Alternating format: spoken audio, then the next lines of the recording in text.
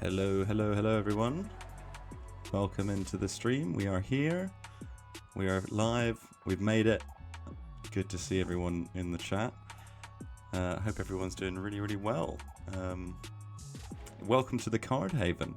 We're here. So we're obviously going to be playing Clans of London tonight. As you can see, we're on stream. Well, tonight, this morning, wherever you guys might be. I hope you're doing very well. It's going to be a gameplay focused stream today. We're going to be playing a whole bunch of different games. You can see we've got our win-loss tracker up there. I will be playing. I guess I should probably introduce myself for those who've never seen me before. My name is Tom. I am this captain, as I'm otherwise known on places like the Discord and in-game. And I am one of the designers on Clans of London. So it's lovely to meet you all and be able to get out here in front of you guys. Over to you, George.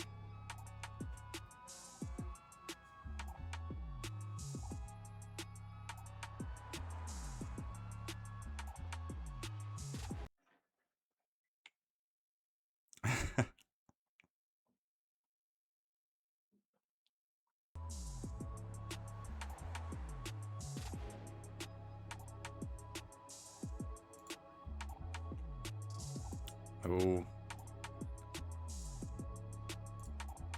Hold fire, George. I've realised that everyone's attempting to understand you through miming right now. So if you do speak loads of sign language, then feel free to rock it right now. Let's see if I can't work this out. His microphone is on. I can actually hear him fine. Yeah. Let's see. Did you say something now, George? Is your desktop audio muted? It was not muted, but I believe that George is now... There he is, yeah. Can you hear me? He's here. Okay, excellent. Hello from the top. I am George. I am the other designer on Clans of London. If you've tuned in to any of our announcement season streams or seen them after the fact on YouTube, you may recognize me. Whenever on those streams I've referred to our other designer, that is Tom, so now you can put a name to the face. Today we, as Tom said, we will be playing through some games of Clans of London, kind of showing off the early game experience, going through the gameplay loop, talking about some of the kind of interesting things that we uncover and the, a bit about the behind the scenes of the design, kind of showing off the interesting card plays that you get in the early game and how that develops. And a bit of open Q&A as well. I may be here roasting Tom's plays and backseat gaming as Tom is on the gameplay, but look forward to the stream. You will watch carefully as this win tracker far exceeds the loss tracker. I can near enough guarantee it. As you can see, we're a fairly young profile. I made this profile with the launch of the game because I wanted to play along with everyone else, although I have, of course, played quite a lot of Clans of London in my time. We've been working on this game for quite a while, ever since the early days when it was really just kind of Sharpie on flip chart paper was where we started. Yeah. We might get into that a little bit later and give a little bit of the backstory. But for now, I'm just going to start clicking around and claiming some rewards because I've actually got a couple of things that I want to earn quickly. What are you hoping to see from my gameplay here today, George? I definitely want to see. I want to see a couple of cool early game decks that you can build. I want to see. I want to see you slot some new cards in. As you unlock some new cards, see how those fit into your existing decks, and kind of and also show off to everyone just how you progress through the game, how you earn your cards just by playing, and what kind of cool things come from that. I have also vanished from your screen. Oh, that's an interesting one. I'll get it back. Don't worry, guys. While you take a look at that in chat, yes, we have played the TTRPG VTM. Played it quite a lot. I don't know, maybe 3 and a bit years ago, we started a chronicle in our office. We've maybe gone through 2 or 3 different chronicles. I've been storyteller in a lot of them, but we've also had someone else be storyteller. Great. Great time. I we got 2 back-to-back. one of the first ones that we ran actually. I had a lot of fun as Gus, my my legendary character. He was a pretty violent guy, I have to say. So a bit of a spoiler of the kind of deck that I really enjoy playing. But yeah, response to the favorite clans. I do love Bruja. I do. I also really like Hikata. And then for all of the people, yeah, there are other clans, of course, other than the ones that we have in the game. I also am a big fan of Banu Hakim, personally. And I really like the Ministry as well. So those are some cool clans from my perspective. Yeah, I am definitely first. I think, well, in the game right now, Malkavian. I've been so excited for them for so long. Tremere, big favorite. I also quite like a classic Von True. You know, very very solid, very down to earth. And they're not down to earth, but you know, very just a classic. Truly. I am still invisible. Yeah, I think that there's something wrong with George's video here. I might have to actually end the call with him temporarily while I reset something to get him on the screen again. So apologies, I'm going to leave you with just my pretty face while we do this. But that's all we're here to see anyway, so that's absolutely fine. I can keep answering questions as they come thick and fast as well. The Acolyte mechanic that in the game right now, if you earn Tremere cards, those will summon acolytes who kind of donate their blood to the sorcerers, and basically that is kind of blood magic. The sorcerers are drawing their power from the acolytes. Basically everything cool that a card with the sorcerer tag in game does is attributed to that kind of blood magic. Tremere as an archetype are very solidly in combo because, of course, right? It's that kind of that feeling of building up a ritual is in its very nature combo, and that comes through as an archetype. There are some clans where we felt, you know, mechanically the way the clan plays, like your classic aggro tempo kind of, you know, mid-range kind of stompy decks. You'll get more in the early game as you start progressing, and then later you'll start to unlock some of the slightly harder to pilot archetypes, and like Tremere as an example. Yeah, I yes, think very Tremere firmly combo blue. Yeah, I can see that. Yeah. Yeah, very much. George, I'm afraid we're going to have to cut your audio for just a moment while I reset the call. But rest assured, George will return. I think that with Tremere especially, as George mentioned, they come in later series, and that's really a conscious decision that we made to not gatekeep the content, but make sure that there was an even progression and kind of follow a player's journey through the game as they develop into the CCG understanding. You know, we recognized that there'd be a lot of players coming in who were existing CCG players with a lot of experience, and also there'd be a lot of players that wouldn't necessarily have that kind of CCG experience. And so we wanted to make sure that everyone had something that they could play with early on, and hence why we've got the kind of progression that we do have in the collection level. George is back. There he is. It's like he never left. Hello.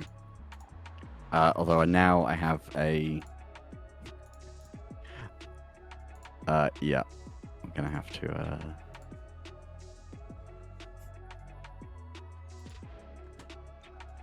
We're just about there. Bear with us, everyone, while we work through this.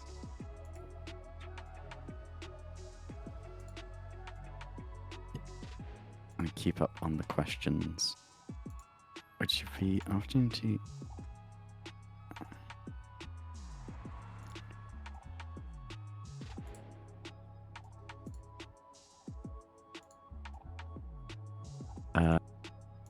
Just reading up on some of the questions. Easier ways to navigate the cards. Our game has just global launched, so we are, you know, still very much committed and always progressing. Everything will always keep getting better over time as we keep developing it. If you are not already, I would suggest joining the Discord, as that's the kind of the easiest path to directly talking with us. And we have a kind of feature request channel where we always stay hot on what the community wants, and, you know, kind of we are committed to making the game better over time. So Maybe is the short Yeah. answer.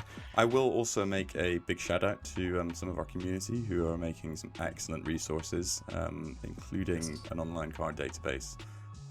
So definitely check out the Discord where a lot of this stuff gets linked. We've even had some people making content about beginner gameplay, so definitely check it out. There's a whole channel in there about kind of content that people put together. There's the shout out, yeah. Go on, Sappho. It was a great resource. Thanks so much for putting that together. It's amazing. Yeah. Right, I'm just going to keep running through here because I've actually just got the season pass, and I'm going to grab Juliet Parr and some other stuff. Nice. Talk me through the Malkavians, George. They've kind of just been added to the game. Obviously, Parr here being the first one to make it. What was the thought process when putting the Malkavians together for you? Malkavians were, if you're familiar with the VCM IP, the kind of the World of Darkness, you'll know Malkavians are the vampires who their bane affects their mind. They're kind of fractured or fragmented in some way. Their bane seriously affects them, and we really wanted to capture that in the cards. So generally, we like to do a little bit of randomness. We want to be fairly deterministic with a lot of our cards, and we generally want all of the randomness to be very manipulatable, because that's really fun. You know, kind of that RNG manipulation is really, really fun to play through. But with Malkavians, we did a little bit more of that. We just twisted it up an extra dial because it fit them very well. But also the primary thing that they do is discard. It's an archetype that I love discard in every card game in Magic. I always play black. Every single whatever color pair or tricolor I play, it's always got black in it. So I love a good bit of discard. And the traditional association, you know, look at things like a Magic card, will be drawing cards is always knowledge. It's expanding your mind. It's, you know, you look into the multiverse and you draw 7 cards, right? The opposite of that, losing your mind, is discard, and so it was the perfect fit. And Justicar Parr, as the first Malkavian, you can get access to. A few more will be releasing into Series 3 and 4 tomorrow. In fact, very midday BST. Yeah, which I'm very excited for. I'm looking forward to getting those myself on live. But the Justicar Parr kind of needs to give you lots of interesting deck opportunities in her own right, but also she is going to synergize really well with all the new Malkavians. So for those of you who haven't seen her yet in-game, she will discard the lowest power cards in your hand to gain 4 points and 1 power for each card discarded. So obviously she's very strong in a discard deck where you build lots of synergies around that, but you can also just make a quite efficient kind of a deck with a different game plan and then socket Parr in at the end for just more scoring potential. Because if you're only 5 or 6 points behind, those extra 4 or 8, or maybe if you're lucky 12 points from Parr at the end of the game can really swing it in your favor. She is an elitist as well. She's a very powerful and very kind of high-ranking vampire, so we felt that was completely right for her. An important named character, I might add. Really, really cool to get that character in here. Can we mute Discord? I will sort this out for you guys. I can't actually mute Discord because I've got George in through Discord. But if you put yourself on Do Not Disturb, Tom, I can certainly mute some things. Yeah.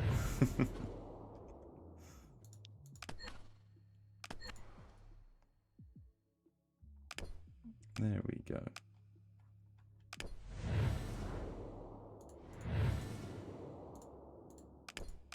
Okay, that should solve that problem. I'm aware of how annoying apologies that is. For the yeah. Technically, we don't have Darby to guide us through this time. I've experienced that on when watching streams myself, actually, so I totally get that. Yeah, Parr, we will be building a Parr deck later on in the stream. So definitely look forward to that. I've only just got her. I remember playing with Parr when we did some of our early prototyping with her, but that has been a while back now. We do quite a lot of prototyping with new cards and new abilities, and then they come out, and then their time passes until they actually come out into the game then. So I'm looking forward to that, but for now I did just unlock a chunk of new cards. For example, Lord Colville over here. So I'm just going to edit a couple of my decks. I'm going to start with what I think is really the simplest deck in the game, but that's no derogatory term. It is the elitist power deck. I think it's all about getting big stuff on the board, and I'm going to slot Colville in here, probably in favour of Rob Cavendish, just because I like the flexibility of putting that 14 power anywhere on the board, and not just in the Prince space. Also, early game, some of those steal effects, if you tap on Lord Colville, you can see he is immune to losing power. So some of your opponent's cards which might seek to debuff, having a bit of resistance to that is quite nice just for a kind of a guarantee. And that's kind of what the elitists tend to deliver if you're looking to build a big stompy deck, really. Elitists are just, they are large stats, sometimes with quite passive, quite protective upsides. Occasionally, some of the later game cards start to come with downsides, but then you can kind of play synergies to mitigate that. So I think I'm going to take Brittany Webb out as well, just because of the locations that are currently active. And, you know, Brittany Webb, I love using her to take large amounts of power off of the Prince, but with Buckingham Palace in the rotation, I think I'm going to swap her in favour of just Hope, nice big elitist beat stick. And to get my curve a little bit more aligned there, because I do have Lawrence in this deck, and you know I would like to target some bigger cards, and having Hope in there really helps him to deliver a little bit more value. Looking at your collection as well, an interesting one I would definitely suggest is Mr. Stewart. Maybe I did just unlock him.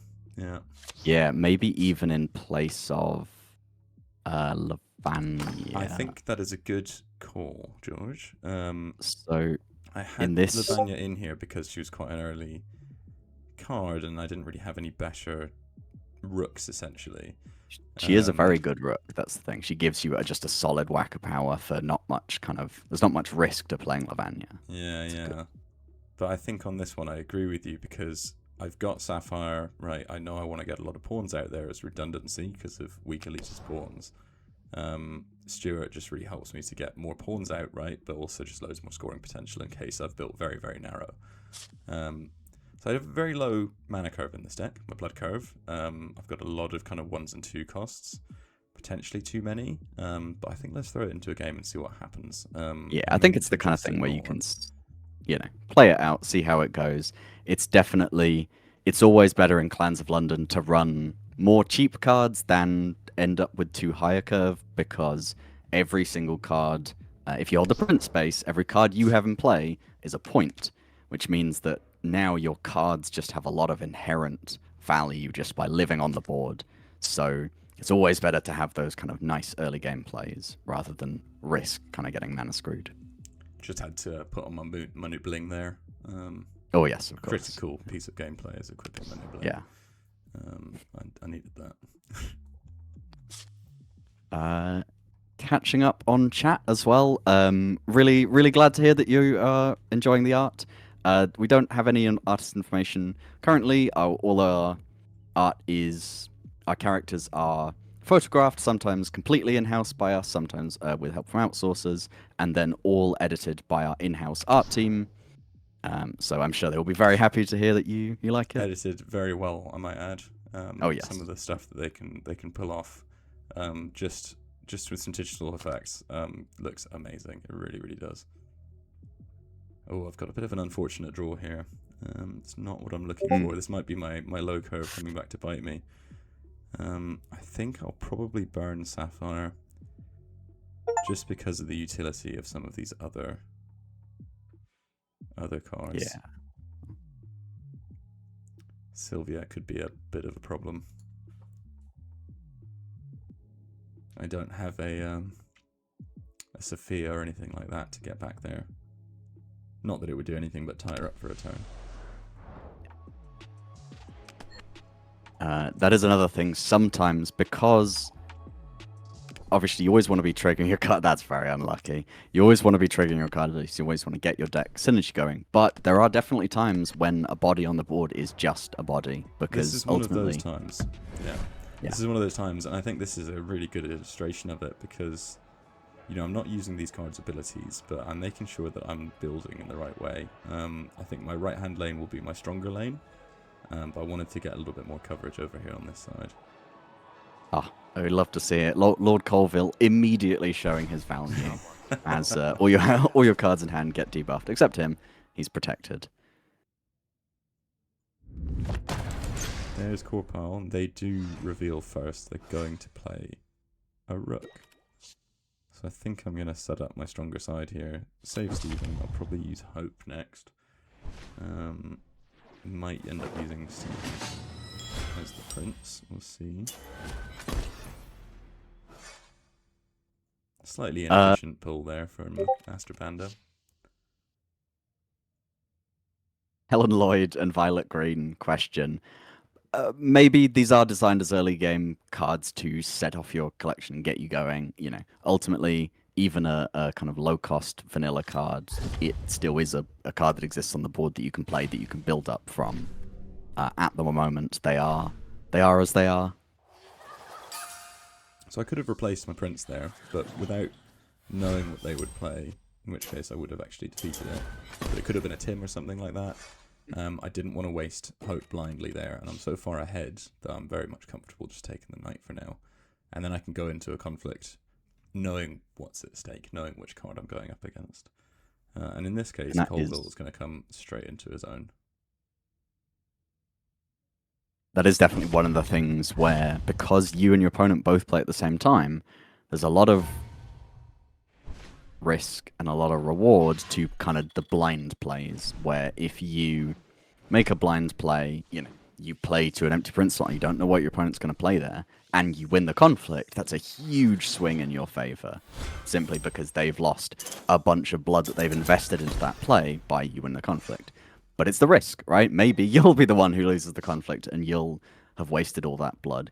So there's sometimes when, you know, sometimes when you want to make a kind of aggressive blind play, because you know, especially in an elitist deck, you probably have the biggest card, because that's what you built your deck around.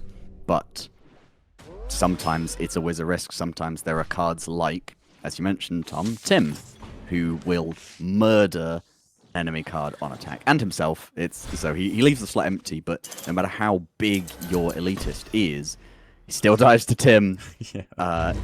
And for those who have not yet had a chance to play the game, murder in Clans of London is kind of like exile in Magic. So murder signifies for vampires the ultimate death. They are gone forever. They are not, you know, injured and in torpor. They are completely and utterly destroyed, and so they can never come back from that. They're just gone into the wind. Just going to go ahead and first win. throw that up to win. That's one. That's one. The first of many. I think you touched a bit there on something we really tried very hard with this game to achieve, which was kind of parity of opportunity. We know that we want every card to be competitive in at least some way, and I think that every card being potentially a point scoring opportunity is a huge aspect of that. But again, including things like murder in addition to defeat, allowing kind of circumvention of certain card effects, was a really critical thing that we knew we had to include. And we hope that you're enjoying it, because we certainly feel like we've managed to make a game in which comebacks are possible and that there's a lot of viable strategies. Something which, you know, I'm hoping that we're able to prove on this kind of stream as well, with a fairly low collection level, is that even Series 1 can be competitive. Even your early game cards. Ultimately, we wanted a game in which skill expression is paramount. That is the biggest difference that you can achieve in a game, is by just being the more skilled player and having a bit more knowledge. That being said, you unlock a whole bunch of new avenues with new cards, and so as we unlock new cards on this stream, I'm going to be building them into the decks that I've got, because, oh, here's one now, Mr. Stewart. I want to enhance my decks, and especially I'll open up new avenues. You know, you might have some kind of win conditions in your deck, say, but it's always a good idea to have alternate win conditions. Definitely. And with Clans of London, you have no hard restrictions on deck building. You can put any cards together. The only restriction is if they're good together or not, and that's something that you can figure out through play. And a great example here is Mr. Stewart, because elitists, you have really big cards which can really hold on to board positions. But you need volume of cards to get lots of points from the board, unless you have some kind of alternate scoring method. But Mr. Stewart, summoning a token every single turn, just lets you innately score off having that really big prince and holding down the fort, essentially, which, you know, kind of gives you more redundancy, gives you more, kind of patches the hole in a typical elitist deck. So we're going for the throat here. We intentionally didn't play Aurora as a prince to get a slightly bigger rook, and also take the initiative. Oh, and we'll get to take out this Sylvia as well, which is very handy. And that is another thing. So, for those of you who aren't familiar, the having a big prince is extra strong because you can use that support to fight enemy cards, kind of using that big power, and then you kind of get to reap the benefits of it. So, for example, if you attacked Angelo with even a 1 power card, that's not 1 power, that's 12 power because of Stephen Fane's. Yeah. There's nuance to this now, though, of course, because the opponent has initiative. So I'm going to play Bakunawa because I might lose this. Or I might lose Stephen Fane, rather, in which case I'd like Bakunawa to be there to at least reduce their backup. And I'm going to play Lawrence here last in my chain, again, because Stephen Fane might get defeated here, and I'd like that to happen before Lawrence reveals.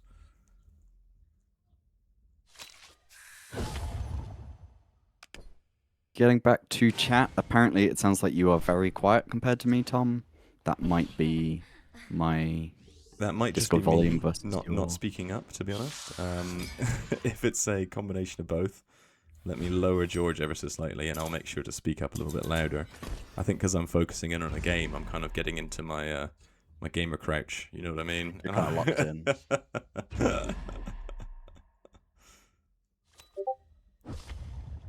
But yeah, let us know how that is. In terms of, we can't say yet any future plans for a PC port. It's, you know, I think something that'd be nice to look into, but it's just, it creates a lot of logistics questions. It is something we would, you know, be open to in the future, but it's just kind of... It's too early to say, I think. Yeah. I think it's really, really great to see, especially TCG players hopping in here, because ultimately Clans of London is a TCG, and we've made it to be really competitive. What I'm playing here is your classic kind of green big monster deck. I'm really pushing the big numbers down the middle, but it's only one of the available avenues of play that we've got available to us. Yeah, and you can see there, even though your opponent tried to attack your 0 power Bakunawa, all of that support coming in just makes it an unassailable position. I'm going to replace my Stephen Fane with Sir Kingston just for the vibes here, because Sir Kingston deserves to be Prince. Yes. There, I said it. So Kingston's also, as the capstone of this kind of early elitist deck, very, very safe play because he's got a lot of power and he cannot be murdered. So the classic final turn Tim, which is quite a strong kind of shutdown, try and come back play, is nullified by Kingston. It's so satisfying to drop a Kingston down on one of your own princes to nullify a Tim, or an Eileen or something like that. It's always great.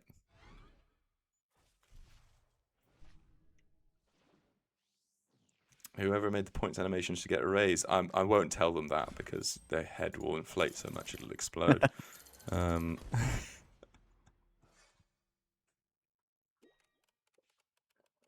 Oh, new card, nice. New card. What we're gonna get? 2 for O as well. Oh, 2 for O. Let me quickly update that. My vanity metrics up here. Oh yes.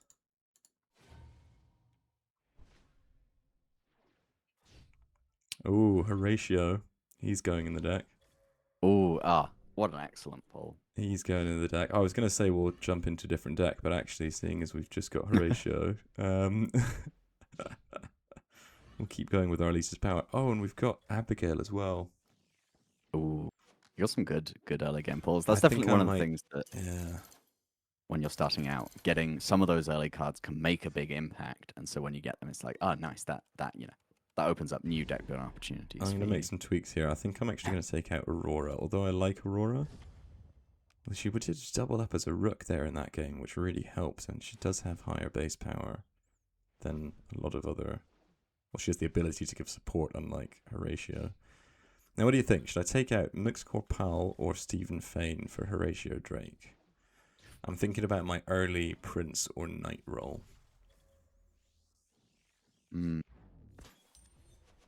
My instinct is, at this kind of stage, a lot of players will be building quite weak lines. And Mixed Corporal really relies on your opponent having a chunky enough rook for you to steal from. So my instinct is maybe to take them out for now, but kind of see. Valid. It's definitely, if you face a lot of players that actually build up these big rooks, maybe take them back in. I think that's valid. I feel like I'm also lacking a little bit of utility here. I've kind of got Bakunawa as a bit of utility, got Francisco as a bit of shenanigans, and Mr. Stewart, but I'd like to make room for a Sophia or a Tim, and I might take out... I think Lawrence hasn't really delivered dividends for me yet, and I wonder if he's maybe missing some cards to combine with more specifically. Like discard cards, for example. Yeah, Lawrence is definitely good when you've built your deck around something really, really key that you can't afford to lose. He's a little bit slow sometimes, but having access to recursion can be incredibly useful in those pinch moments. But equally, when you're doing very well, he relies on you being a tiny bit on the back foot to then trigger his effect. So it's definitely the kind of card where you can play around with your deck and see, do you need Lawrence, or is he actually do you end up playing him as a rook because you actually need those cheap cards? Yeah. So I've made my curve slightly higher this time. We're going to see how that kind of plays out for me. Deck curves, your kind of card cost curves in Clans of London are slightly different from typical CCGs, and one of the reasons for that is because you start each match with 2 blood.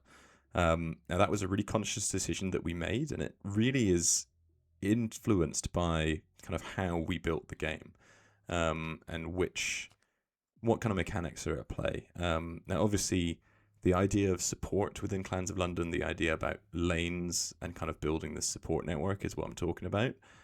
If we had 1 blood, what we'd often find is that the first couple turns of the game were all just about deploying a single card and not doing a lot. And so we wanted to give players tools to be able to do more earlier in a match and to feel like they had more agency at that early point in a match, which is how we ended up with 2 blood.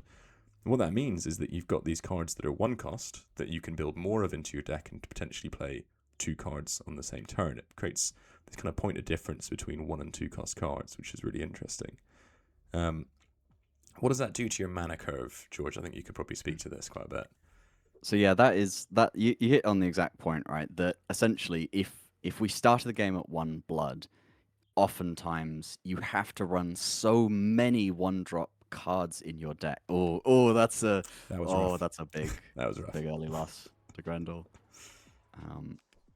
But yeah, you'd have to run so many 1-cost cards in your deck that it would end up as most of a deck really as 1 and 2-cost cards just to be able to play in the first few turns of the game, and that was generally quite dull and quite restrictive on deck building, we found.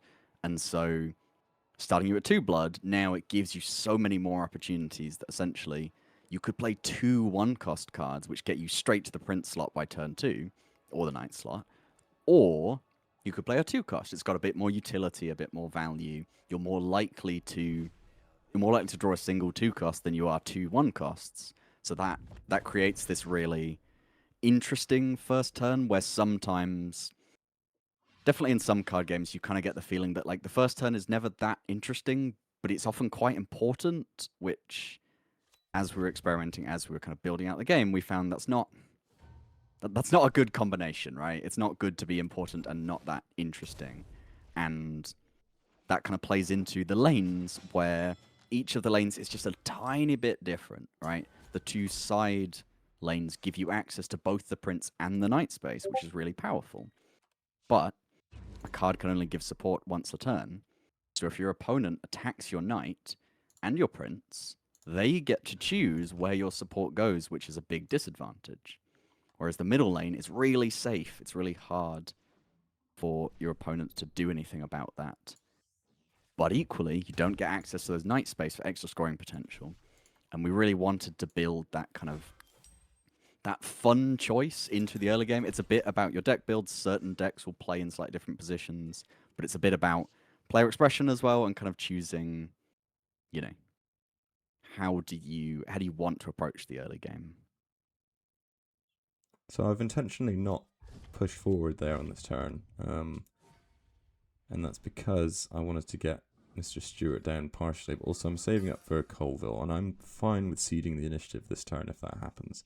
Again, to give me that kind of awareness. So this is where you'll see more advanced players do this, when they will almost intentionally sacrifice the lead, or very intentionally sacrifice the lead. And that's in order to then gain agency. So you want to be in the driving seat, basically. It's risk reward. You're obviously behind in the game, but it gives you certainty in at least one of your card plays, because now that I have initiative, I'm the player behind. My first card will be the first card to reveal in this turn. And so I can Colville straight for the middle, and hopefully that will build a bit of an unassailable position for the last turn, unless they bring out something really big. Yeah, that is a very interesting point you touched on, the initiative, that kind of sense of whoever is behind in points will start the alternating reveals first, which is quite strong. It's not so much that, I mean, obviously, you need the most points at the end of the game to win. It's always, points is always good. But there's that really interesting thing about playing around with actually when in the game do you want to be in a state of winning for that initiative.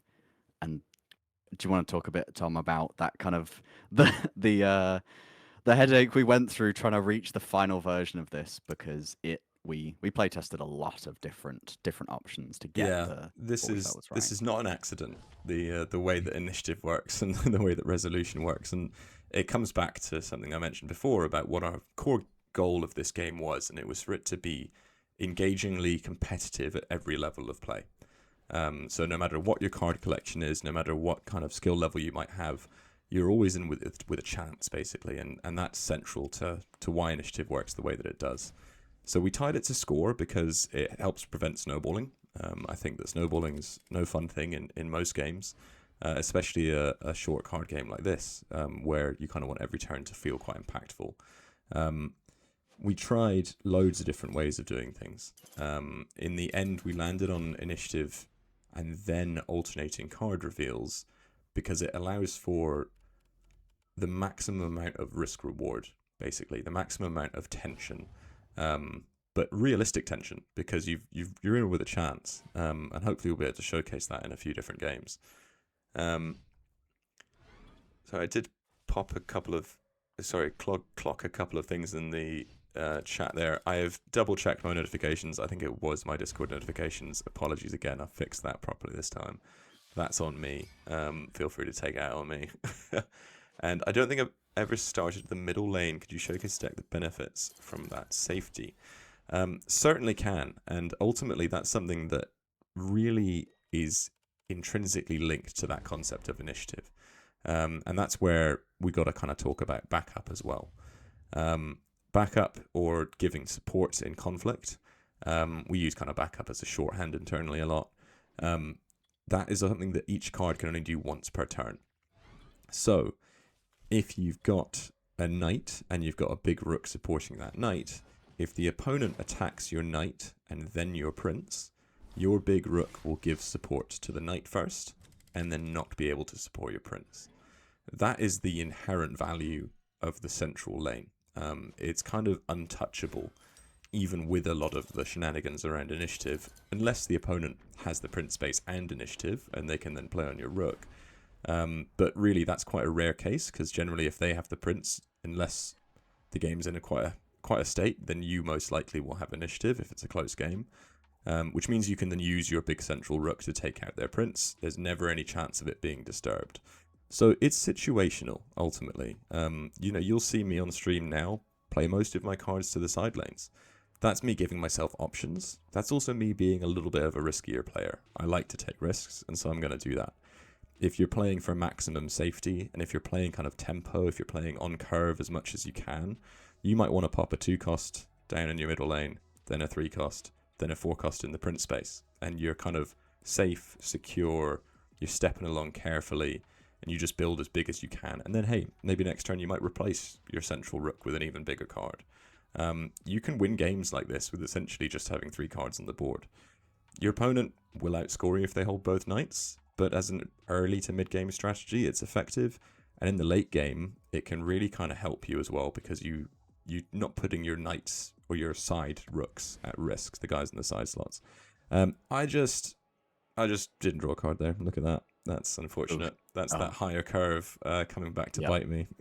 It is getting punished. Damn, I'm the victim of my own decisions. Yeah.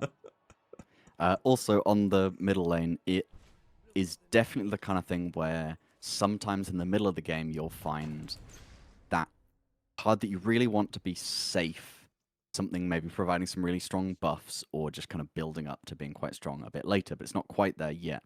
It's really safe in that middle lane, because as well as the fact that your opponent gets to control where the support goes, if your cards are in the left or right columns, your opponent gets to choose whether they kind of, they build and attack you through either the prince or the knight. So they get more options against you, whereas in the middle, they have to go through your prince. There's no other way to get to it. So typically in these very big elitist decks, especially where you've got some really nice buff pieces that just, give some power, those are very, very good in that middle lane, where it's so much harder for your opponent to disrupt. But you sacrifice something. That's one of the big things we wanted to build in the balance, is that feeling of every choice is a little bit of an opportunity cost to keep quite a nice kind of edge on the strategy. Now, can I come back from this? I've had a rough start. Some rough draws. It happens. It's a card game. Every now and then this happens. Can we come back from it?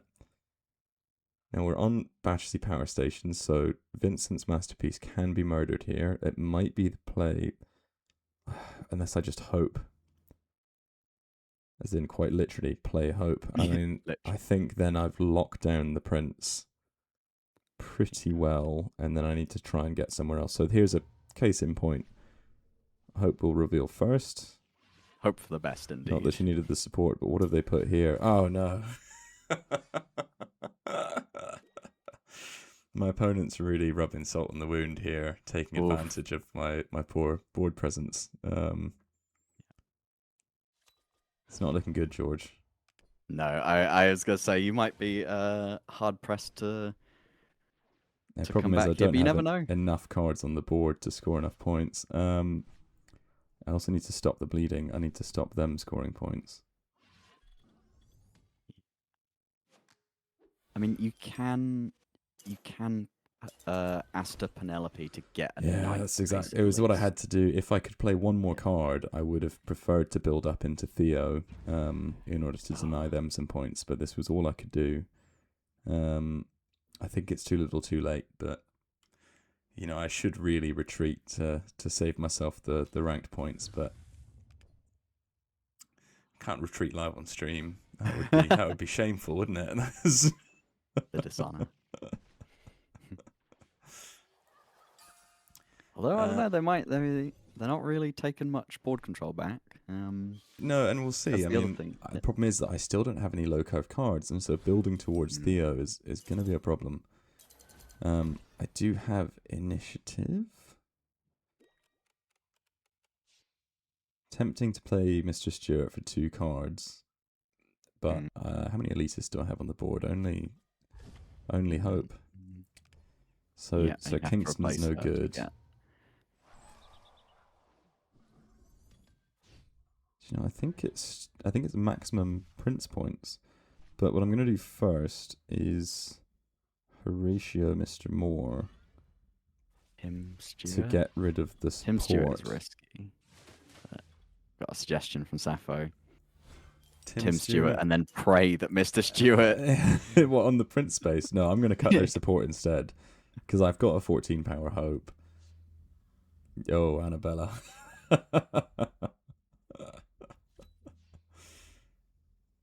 Oh no. Uh, minor clarification for you. Deathberries 6. Sophia can only be played onto enemy cards. She can attack anywhere. Oof, the Annabella. Whereas Shifa, sorry, can be played anywhere on the board. So there is a slight difference in their abilities. If it was basically any other card other than Annabella there. But that's the way the cookie crumbles. I came really close, Yeah. despite having a dead draw and then some other rough turns. But we did okay. We did okay. Maybe the Tim Stewart play was where it's at. I think it actually was as well. Yes, we are reading the chat. I was literally just about to come back to some of the bits that we missed. Sorry, I am trying to focus very hard on the game as I play as well. Twitch drops. Yes, we've spoken about Twitch drops internally. This is the first episode of the Card Haven, where we're coming up and playing a bunch of decks, especially within early series, to kind of really showcase what kind of win-loss ratio we can achieve with quite a low-level collection. But if you guys like this, we'll absolutely be doing more. This plans to be the first of many. So yeah, we're gonna hopefully get some stuff like that set up for sure and grow the stream. Yeah. Should we take a look at another deck as well? I was just about to say that. So I've got a kind of violent tempo deck here. I've called it violent tempo because obviously riffs a lot on the violent keyword in game.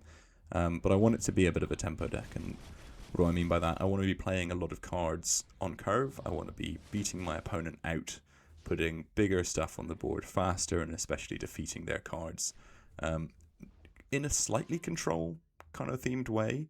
But really, I want to get early points as well. I'm not only about locking the opponent down.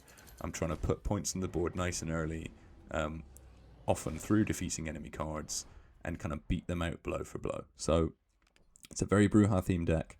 I built it with the cards that I had available, and there might actually be some other cards I could put in here. Ophelia might have a place, for example. Ophelia is good in it. For the same reason Kathy Carmine lives in this deck.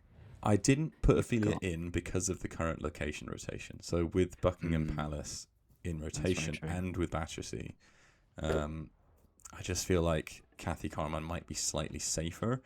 Similarly, I'd be tempted to put the Herald in this deck, but with Westminster floating about, I've kind of tweaked it a little bit. So I might go in with this. Harry Tyler might belong instead of Lukasz Baron as well, I think. Do you know what? I'm going to do that. I think Herald of the Hunt's an interesting one. We're definitely, from those familiar with the VTM lore, you kind of, and the clans and how they feel to play, you might kind of expect Brujah to be a bit more aggro, but because of the board control aspect of Clans of London, definitely Brujah falls solidly into the tempo, and basically you want to make efficient and strong conflict plays.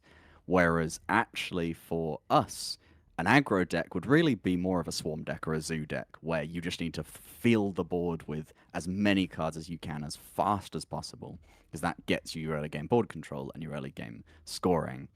As you can see, an aggro deck, it's Gangrel, it's beasts and it's tokens and it's just things which fill up the board, and I think you want Grendel Ward in there as well. I was just thinking that. I think my problem with this deck is that I don't have quite the critical mass of Gangrel yet. You're one more away. Yeah. So we'll see if we can get there on this stream actually, but we'll rock in with the violent tempo for now, and see what we can do here. Just to cover a few things from Twitch chat, info on Fall of London to now. Some of the kind of character backstories that you can see in game do dive a little bit into that, and we've had a few bits of material that we've put out on it on our social media. Essentially, for many years, London was dead and empty after the vampires were wiped out, and then now they've started to claw their way back in. They can't stay gone for too long, and it's kind of London is a massive power vacuum. So you'll see as you play the game, there's a lot of vampires are fighting over domain. There's a lot of small prince claimants, wannabe princes, wannabe barons, people who are like, oh, Annabella Wright says she's the primogen, and maybe she is, but that's the kind of the setting of London right now. It's a kind of a chaotic power struggle, and that also kind of comes through in the way that the cards interact in the gameplay. It's all this fighting for the prince slot, this kind of king of the hill mechanic, where your goal is to control the center of the board. Speaking of fighting, I'm just going to go straight in here for the sheriff points. I put Grendel in the middle, and that is really out of sheer mind games. I love when my Grendel goes into the prince slot, because then he could go into any of the 3 other spaces on the other side of the board. It's really just to try and put a seed of doubt in my opponent's head. Where am I going to put my card because of Grendel? He has gone over to the left there, which is fine. It kind of locks a lane down there if I can get some support up to him. I think we're going to go Lan Chen into Dante now. I don't think I'm going to compete against this prince. Instead, I'm just going to go ahead and settle for the 9 space. That's going to be fine. It's one of the struggles with kind of playing a lot of cards out, is that sometimes you don't get as much power, you don't get as much, as big rooks, because you're sacrificing that for more volume of cards to go make more plays. Then when you do claim the prince slot, you get more reward from it. Now, what I'd love to do here is send Kathy into their backline, but of course I can't, because it's Westminster. Ooh, although Yari trades with Lavanya right now. Yari does trade with Lavanya, yeah. I would love to get the scrawny punk down as well, but I think trading into Lavanya... Oh, but then I don't have a big rook. Yeah, that is the trouble. Do you know, I'm actually tempted... Call me crazy, to replace my Lan Chen with Harry Tyler. I can see it, yeah, honestly. Just sometimes 8 power in the rook slot, protected by sheriff, gives you a little bit of resistance to something to fight you. They might... Oh, that's worked out very well. Oh, nice. That's worked out very well. Yeah. You can do there's some real clever tech you can do with face down cards, because outside of very, very rare circumstances, face down cards can't be affected by abilities. So sometimes, actually, it's safer to be, not revealed yet, and kind of do that old bait and switch. Leo actually trades with Stephen right now. 16-16. Which is not terrible, because you're ahead on points. It's true, it's not terrible. But I could Yari and then Shifa on the other knight and try and Leo next turn. It'd be a bit blind, but I'm okay with it, because if I keep his number of cards very low and keep scoring, say, knight spaces, looks like that was the right decision, because the trade was not good enough. I would have actually lost that against Robert. So this is a good match. I'm enjoying this. We've had some good little mind games and tricks going on. Very interesting.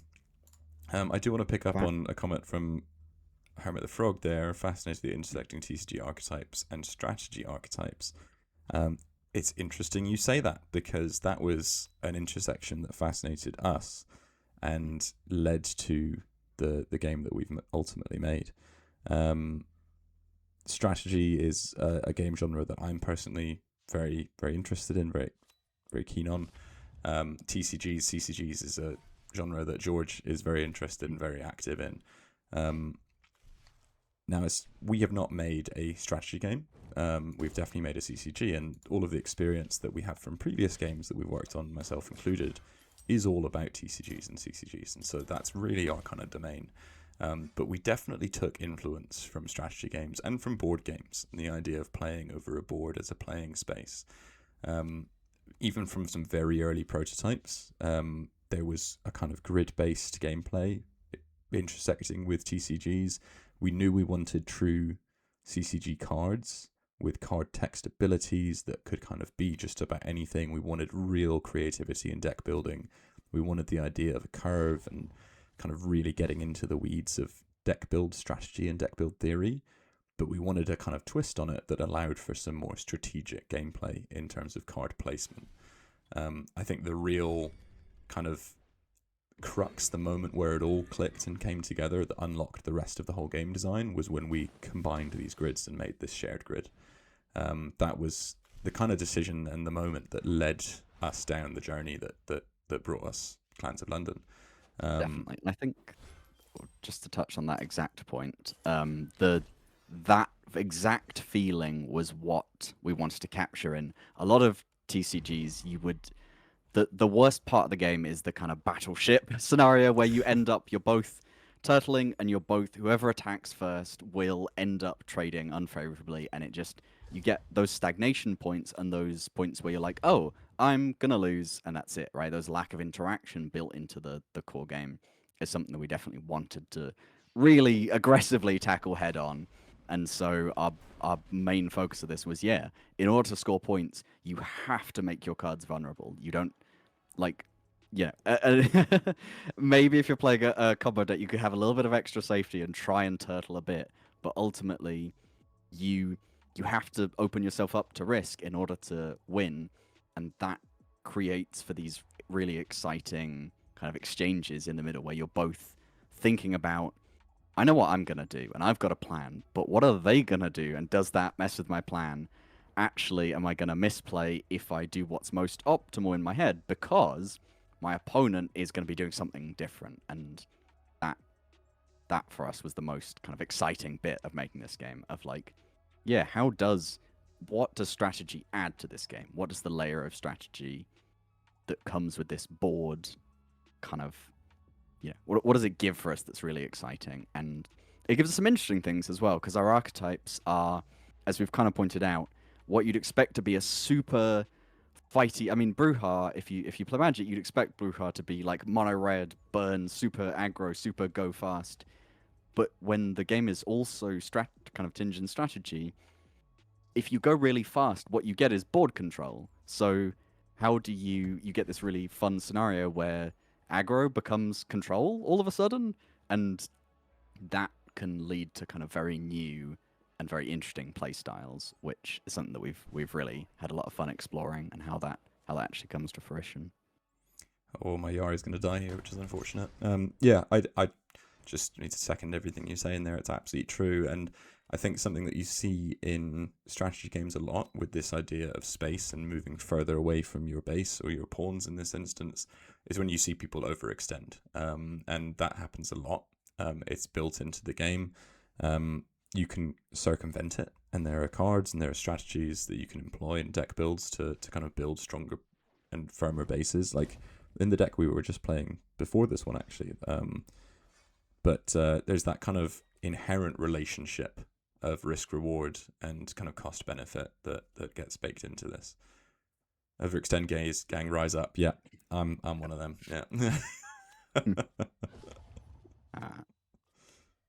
But obviously, you also, as is important for any card game, you have lots of different choice in your play style with deck building. So most decks, almost every deck, you kind of have to play the board. It's such a key part of the game. But not every deck. Some decks can just be like, you know what? I'm just going to sit here and I'm going to make Acolytes, and then I will play Madame Tessier and I'll get loads of points. And that's a totally valid play style, because it's really important for combo decks to exist in this ecosystem, as they add that new kind of line of gameplay. And as much as control decks, even though everything in the game is control, there need to be real, genuine control decks. They're quite chaotic at the moment. They're a bit weird, but they oh no. I took a risk in it, and boy, did it not pay off for me. Yeah. But yeah, exactly. There has to be, ultimately, it's important that we playtest our cards and we playtest the game an awful lot to get it right, and we always make sure that we want things to be both fun to play and to play against, and that's a really important part of designing cards to be. Okay, that's an advanced Marissa play. Oh, I knew where she was going with initiative as well. Goodbye, board. I don't. Now you got another turn to take it back, but that is the other thing. Marissa the Butcher can absolutely clean up, get you an empty I board. just had to watch it. Look at that blood trail go. Oh. Sometimes you do it for the love of the game. All right. Yeah. That one's for the love Sometimes of it's the not game. about winning, you know? It's just... I still distinctly remember the day in which we came up with Marissa the Butcher. I will claim credit for that heinous ability. It's a good one, and it's one of those moments when we kind of came up with it, and we thought this is one of those moments when the game design is coming through, and we go, oh, there's this stuff you can do with the board and connected spaces, and the way. Oh, what about moving cards? And then what about if she wins a conflict, she moves, and it all fell into place. Yeah, glorious. She's seen her fair share of kind of experimentation and different applications of kind of strategy, and she's one of my favorite cards for sure. Yeah, definitely. She's very fun. Also, just to get back to an earlier comment, official tournaments. Maybe one day. We had a lot of fun. We early on in our development, we did a lot of tournaments with our development team to try and get the balance really fine. We had some weird and wacky decks come out, and every time something very unintended would win the tournament, and then we'd nerf that and we'd tune the balance to a really mirror finish, and eventually we got to the stage where okay, that's a good one to draw. I just finished my aggro deck. Yeah. Putting Miss Harriet in. But yeah, it's something we would.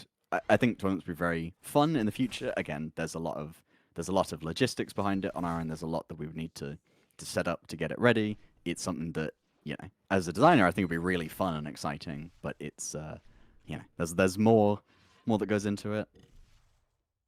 I don't think I have enough beasts to really justify the Bloodcaller. Oh, maybe I do. Not yet. No, I think I might throw in a cheeky Sir Kingston wildcard here.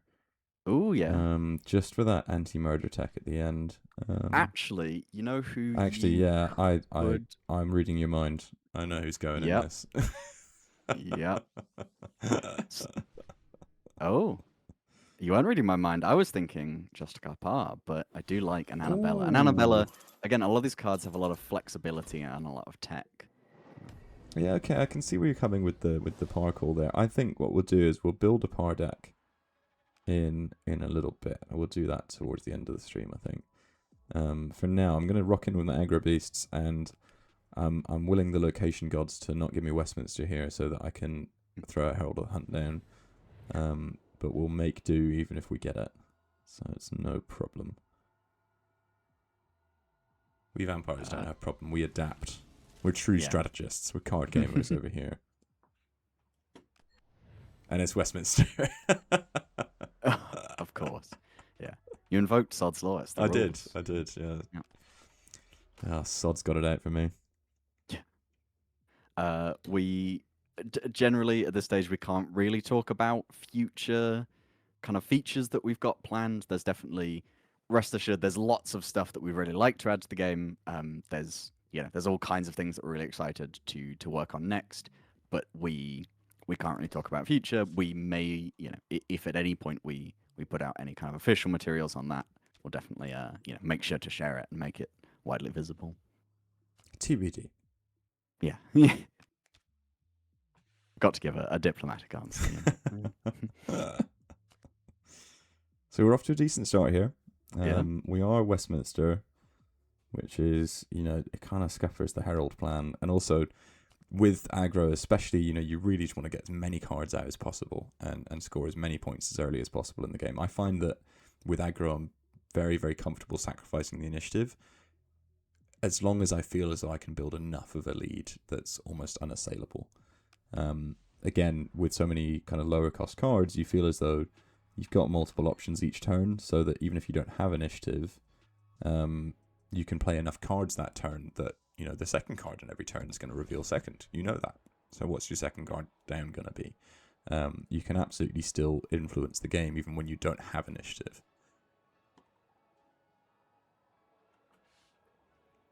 Will there be more sound effects? The game is very quiet. This is something we can say. Yes, there will be more sound effects. Sound effects are something that we're not done with. There will be more sound effects added to the game. Yeah. Harry Tyler's series is 0? He is actually a member of the new starter deck. So for any kind of pre-existing players, surprise, we updated the starter deck while you weren't looking effectively. But yeah, he is of series 0 effectively, or what is technically that. He might need something added to his something to make him show up in certain series searches. That could be it. But yeah, he's in the starter deck. Yeah, this seems like a very classic, very strong aggro opener. Definitely, especially as pure mono gangrel just focused around beasts. You get a really nice synergy from that keyword, and it is a real swarm deck, kind of in its pure form. But early on, when you just get a few beasts, they're really good at just controlling the board and just playing any number of cards is strong. So like Sanjay Ali giving you 2 rats, that's 2 extra cards to play. That helps you with those 2 rats. You could instantly reach a night space, or you could instantly, go. You could kind of tack a rook to then play something much stronger on their pawn to then control the board. So certainly in the early game, that's your zoo style. You can kind of throw together a bunch of strong, cheap cards with a little bit of beast synergy, a little bit of violent synergy, and you get a really effective zoo deck that kind of, as well as being demonstrated, you can just kind of swarm the board really early and aggressively. And then later, as you get more synergy pieces, you can set up new exciting combos. You can get more focused with your playstyle. So in contrast to the deck I played at the beginning, the kind of elitist power stacking deck where it's perfectly viable to play down the middle, on aggro decks I really definitely prefer to play down the sides, and that's again to reach maximum coverage. From the side rook slots you can hit both the prince and the knight. From the prince you can hit all 3 of the other sides. Knight you can hit the other side on one of the lanes at least. Just spread your cards about, get as many as you can down there. It's working out very well here. We got a little bit lucky with our draws. We actually hit some really nice draws to get up there. So, yeah, feeling nice about this. Another win for the column. We'll throw down an Annabella Knight just to add insult to injury. And that is really the power of Gangrel as an archetype, and that kind of those beast swarm playstyle is, while in the late game, a lot of other decks kind of will get access to certain other ways to score for being very synergistic, like Sheriff Fletcher there, who scores a point whenever one of your Violent cards defeats another card. Gangrel don't need it. They just absolutely body your opponent, and they just fill the board with cards, and that, but just by the nature of being Prince and having a bunch of cards, you'll rack up loads of points. We've seen some players fill the entire board with just their own Gangrel cards, and it's been very, very glorious to witness. I think what you touched on there is something we mentioned before, but just for anyone joining again, something which we have tried very hard to achieve with this game, and something we're trying to showcase in this stream, is that all cards have value, even if you don't use them for their initial ability. It's rare that you're going to use a card inefficiently, but if you've just got that card in your hand, you've nothing else to throw down, you're more often than not better off throwing it down. And that's really because, if you happen to take the Prince space, that's points for you. Cards and pawns and rook spaces help build you further up the board. Everybody is valuable in at least some way. So that's a way that you can, by manipulating the resolution kind of sequence and timing your initiative and your plays, even with cards that maybe don't synergize together, you can overcome more carefully crafted decks just by timing your plays and using the bodies that you have effectively. Yeah, and that definitely shows through as you start in the early game. You don't always have a perfectly homogeneous deck. You don't always have all the synergy pieces you'd like, but even a kind of half-built deck, even a little hybrid, kind of a few different pieces from a few different archetypes can work really well because every card you play on the board moves you further up, and it can score you points if you're Prince. And so that, that's where we get real benefits from the kind of the strategy side of the game, where in a strategy game, every piece, every unit has its own inherent value just by existing, and that's really nice. That being said, you don't just want to throw cards out willy nilly.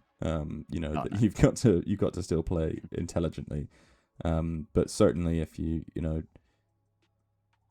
every card has a use. I think it's the simplest way of putting it. It's points, it's reach, and blood doesn't carry over. You got to spend your blood.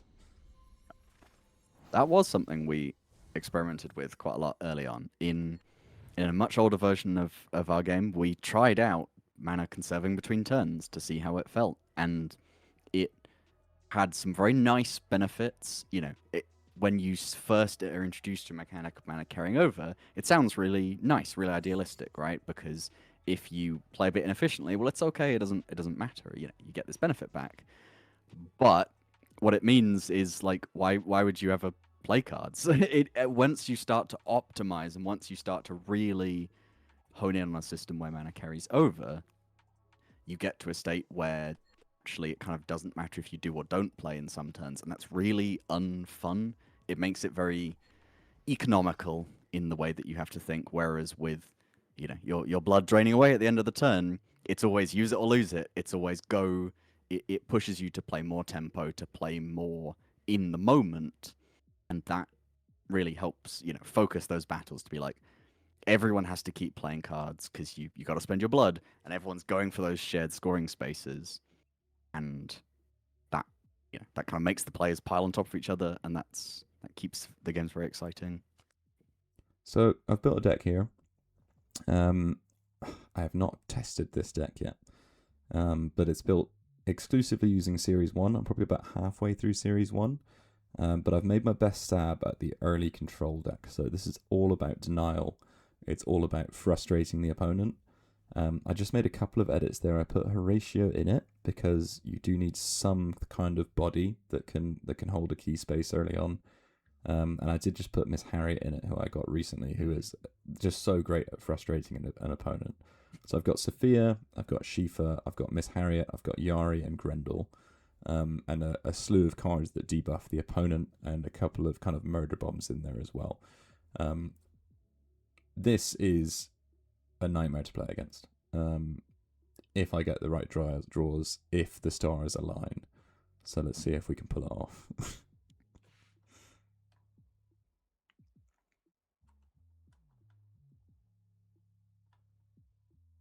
This will definitely be an interesting one to see how it plays out, because it's a slightly stranger archetype to play, and definitely something where whenever we release a new kind of tech piece or a new new bit of removal, even a kind of clever one, cards like Miss Harriet, cards like Sophia and Shifa, they all let you take out cards that your opponent thought was safe, and that's very important because nothing can ever be too safe. If everything's too safe, then a kind of a stagnation, a hybrid combo control deck just takes over because you can't disrupt them.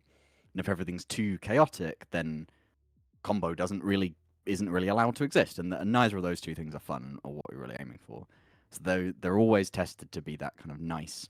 You've got all these control pieces, you've got these interesting tools, but we really hone the balance of these. Oh, I got ruined. There's always counterplay there. Yeah, I thought I was gonna just stuff him back in there. Francisco Prince forever. The one card that could have kind of stuffed me there. And that's the thing. We want. There's all kinds of cards that you can build into your deck that have one, maybe two obvious uses. You kind of think, oh yeah, of course that's the purpose of this card in my deck, and you're like, oh yeah, I know it. But actually, sometimes in the match, in the moment, you can find all these crazy new uses for your cards. Oh god, this is unfortunate. Am I being stream sniped right now? I can feel it. Ouch. Yeah, that Tristan Stag Prince is rough. We've got Zara, who will neuter Tristan here. I'd like a different card to play as Prince, though. I guess I could replace... Just gotta pray. Heart the cards. Heart the cards. It's not a good start. Oh, Grendel. Oh, it's not really who I want either. I think. Still decent though, not points, but But it relies on him going off to Aster. I think I'm just going to take the Prince with Lavanya. you could drop Grendel on your Ghoul Actor. I could drop Grendel on my Ghoul Actor. That is true. What, and then replace with Lavanya, or maybe replace the Rook slot with Yari next turn. Yeah, keep some, because then Yara is an interesting one where if they play a Prince, you get Yari conflict. That's what you want. If they don't play a Prince, Yari's got 7 power. That's pretty good. Like that's a good Rook. Because Tristan was on the board earlier, his end of turn effect triggered before Grendel's, of course, which just pushes them really far ahead. Is a very good point. So they've built a big point lead here. We've got Alien in hand, but we can't reach the Prince space to deny that. I don't even want to deny it. I need to get points. Oh no. I think my feedback to myself on this deck is that my blood curve was too high. I didn't have enough flexibility in early game plays. Now, I don't know whether that's just the draws that I happen to get in this game. I don't think this is the play because they're going to play something that's going to be too big for Yari. Oh no, I reveal first, so... That is always the thing sometimes. You take a deck into a game and you're like, I'm not quite convinced, and it takes 2 or 3 games to really see how it goes. Trading is not great, but it's much better than, needing 5 points to Leo Stein. So I think now we do this. But again, we don't have enough cards on the board. Again, it comes back to this idea of bodies being so valuable. We need bodies to be able to score enough points right now. We're getting a little bit too far to the end of the game here. Beasts in this deck would help a bit. Yeah. Give you some board control. That's the thing. You can always, if you're like, you can always play a deck and think, what am I missing? What can I not do? And then you can just add those cards to your deck. You can build new strategies in as you go and as you get new cards. To cover a question that we just had in the early game, you can get a whole bunch of cards for free. You can get any card in the game is earnable for free completely. You can buy coins to upgrade your cards and progress faster if you want to. In the late game, you can get card packs, which you can get via blood shards. You get for free on the collection level, and you can also buy them if you want to. But it's important to us that any player can come in and earn all the cards over time. That's an important part of the experience. Oh, double Marissa? I got Marissa'd. I thought I was being clever. I thought they might go for the knight and the prince there to suck my support off of the knight, and so I tried to kind of foresee it and replace the knight, but unfortunately they did not do what I thought they might do. Oh, and with their Niall Flynn as well, they are just tearing up. Yeah, I think that was the problem with my tempo attempt earlier, is that in all of those games that we played, I didn't draw Niall Flynn, which really would have helped in many cases. So that's a definite case where there are some cards that you get early game that are kind of really nice synergy pieces to help a certain archetype hit really well. Niall's definitely one of those where he makes all your violent cards a lot stronger by giving them +2. When you play lots of cards out, that +2 can make a big difference in the conflicts, because all you need to do is have more power than them. So those little changes can make big impacts. There's quite a lot of packages of cards like that in Clans of London, where you've got 1 or 2 cards that are very directly synergistic with each other. And you can lean into that. Full mono kind of theme decks do work, and they are effective. But really, you should feel free to take these little packages and kind of mix them up with each other. There's so many combinations in the game. You take Niall, Sheriff, and a couple of violent cards, combine them with a bunch of Gangrel cards and maybe a couple of elitists to go on top. You've kind of built your own deck, and you can really kind of style bend the different kind of archetypes in that way. I'd encourage everyone to spend a lot of time experimenting with decks. It's kind of, we're always finding new ways, even ourselves, of combining the cards together. And I think, as you were just talking about, as you go up collection level, you'll gradually unlock more cards, and every time you do, just compare it to your decks. Think, how can I fit this in? Where would it be at home? on this deck, for instance, I'm feeling that Bakunawa I don't want to play on turn 1. Zara I'm not going to want to play on turn 1. Shifa I don't necessarily want to play on turn 1 either if I can't help it. So even though I've got a very low curve here, I'm not really filling myself with loads of kind of turn 1, turn 2 plays. So I'm going to take out a card or two here. I think I might take out Mixed Core Pal. I think you need those early game in favor of either an Ember or a Lan Chen. Now, Lan Chen will give me card advantage. I get another card in my hand, not just in my deck. That's big. That gives me options. It gives me kind of a bit of momentum there on card draw and on the tempo, which is good. But Ember gives me points, and early points I think in this game is important. But as I'm talking myself through this, I'm taking Lan Chen because I'd like the initiative in this deck. I'd quite like a late comeback win if I can make it work. We go again. Yeah, that is something you touched on there. That is quite an interesting thing. In designing this game, kind of thinking about how big should a deck be. It was definitely something where we wanted quite a contained, quite tight deck where you would draw most of your deck, and the odds of you drawing any given card were actually very high because the deck's quite small. But we wanted a little bit of breathing room for interesting tech, a little bit of space where if you're super, super likely, if you have a really small deck that you really like to draw every card in it kind of shunts the very slightly inefficient kind of interesting tech pieces out of the way. But by having a little bit more space, you kind of have some room to do some slightly interesting things. But what you really need is card advantage in every card. I mean, every deck thrives on card advantage, but card draw in Clans of London is really, really powerful because your deck is so small. Even drawing a single card is a huge portion of your deck that you're actually drawing.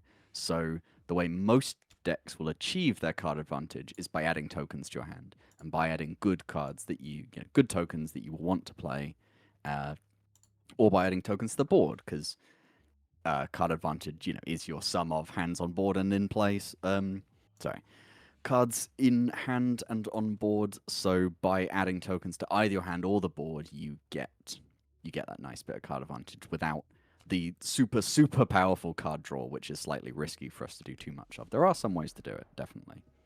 But we kind of have to either make it so expensive that it's marginal whether you want it, or give it some interesting thematic downsides, like much later in the game, there's a card that discards a card to draw a card, which is quite inherently strong in combo decks, but is even stronger in a discard deck that's built around that.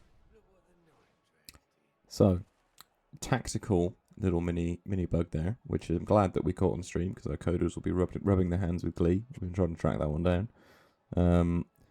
I have still got the initiative, so it was tactical, fully intentional. I'm going to nab the prince with Yari now. And then hopefully build up a nice rook with Lavanya into Zara as a knight. I thought they might go for the prince on the next turn, but unfortunately that's not going to work, so I might save Zara. Ooh. What to do on this turn with the blood I have available?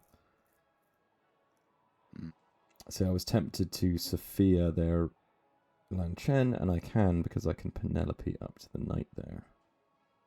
So let's stop them getting Shifa out the way.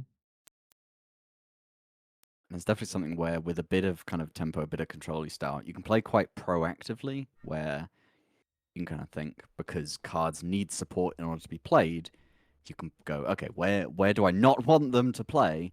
And then selectively cut their support, which is the value of those cards like Shifa and Sophia. You get so much extra control over what your opponent can and can't do by cutting that support. To the point where Shifa was the first card ability we ever made for this game back when this game was, flip chart paper and playing cards. Someone picked up an ace and they said, I want to play this anywhere. And we were like, yeah, of course, that's totally the right card. And Shifa was created and ever since has been an absolute staple of decks because the flexibility she gives you. I think Shifa follows a really interesting journey, just in terms of kind of player expression.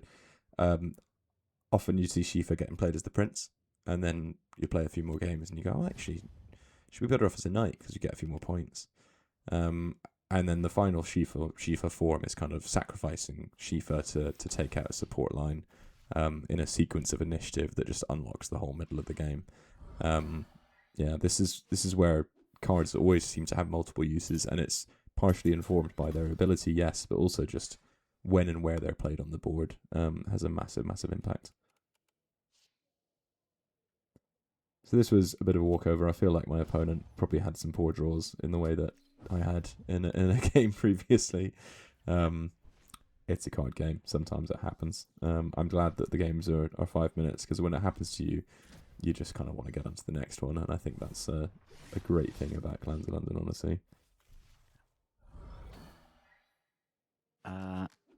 Also, looking at the state of things, I ages ago kind of glossed over it, but I had a question about the state of balance right now. How does it feel? And generally, I think the balance is in a fairly good place. A lot of different archetypes exist within the meta, and the meta seems fairly healthy.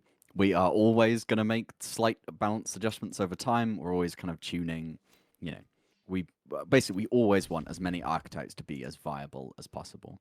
And I think there's definitely a lot of archetypes that can really, when focused down, when you make a good deck in that archetype, they can really perform well in the meta. We see quite a lot of different decks performing well, but we'll always want more. We'll always want more archetypes to be viable at any given time, and that will always take constant adjustment.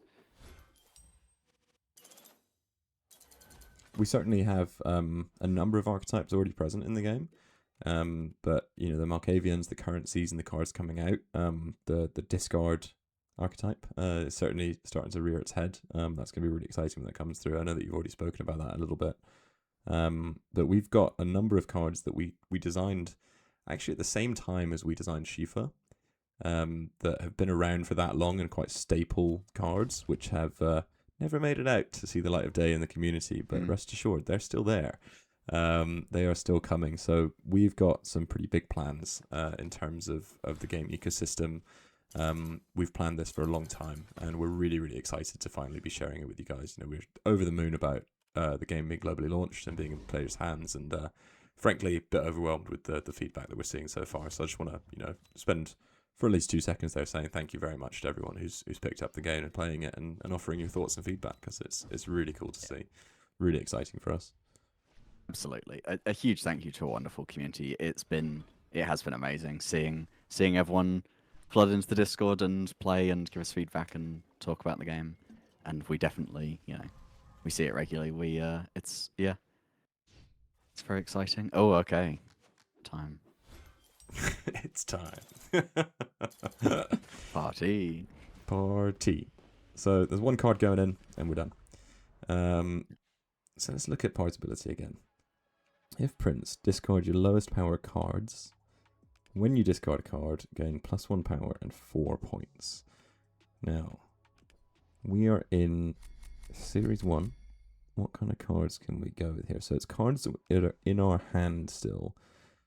Sanjay Ali shoves 2 rats in our hand. They both have 1 power. That's a good kind of hint, I think, at what could be quite a viable strategy here. There are a number of cards with 1 power that have other uses, namely Sapphire, when she's in your hand, has 1 power. You've got, what have we got? Brittany Webb has got 1 power. So we're not exclusively tied into our low-cost cards here. That probably is a pretty good. If you use the sort by power, that's quite helpful when building a par deck, because early there will be some kind of dedicated on the other side, the sort by power. The sort is less used than the filters, I think, but this lets you kind of focus around what number do you have a lot of. Par 1 probably is going to be good here. But So I still want to play cards. This is the thing. That's the thing. You still need to. You've got to play the game. Yeah, you've got to play the game. So Sanjay Ali will give me some 1-cost cards in hand, 1 power cards in hand. So that's useful. Now, what's my other what's my other flavor of the deck? I might not draw power. Why not? So there's got to be a way of playing this deck, and instinctively right now I'm looking at it, it feels pretty aggro. I'm generating tokens, I'm throwing tokens onto the board, I've got several 1 costs, 2 costs, 3 costs. I feel as though I can cover the board reasonably well. So I think I might lean into that. I'm keeping it on my curve as I build this as well.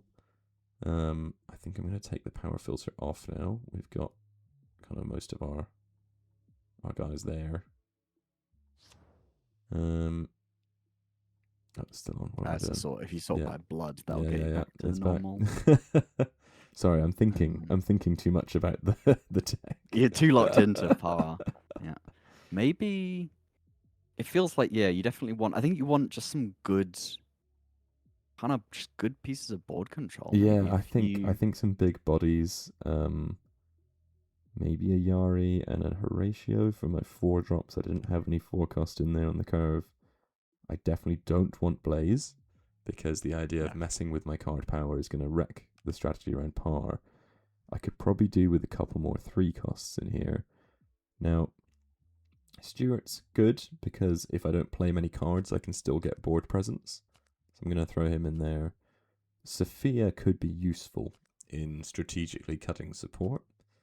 But I'm also tempted by Tristan, and the reason is that I might not be playing a lot of cards. I might play a couple cards early. I might need to generate a bit of a lead. Tristan could be a kind of high risk, high reward way of doing that. And then finally, I got 2 slots left.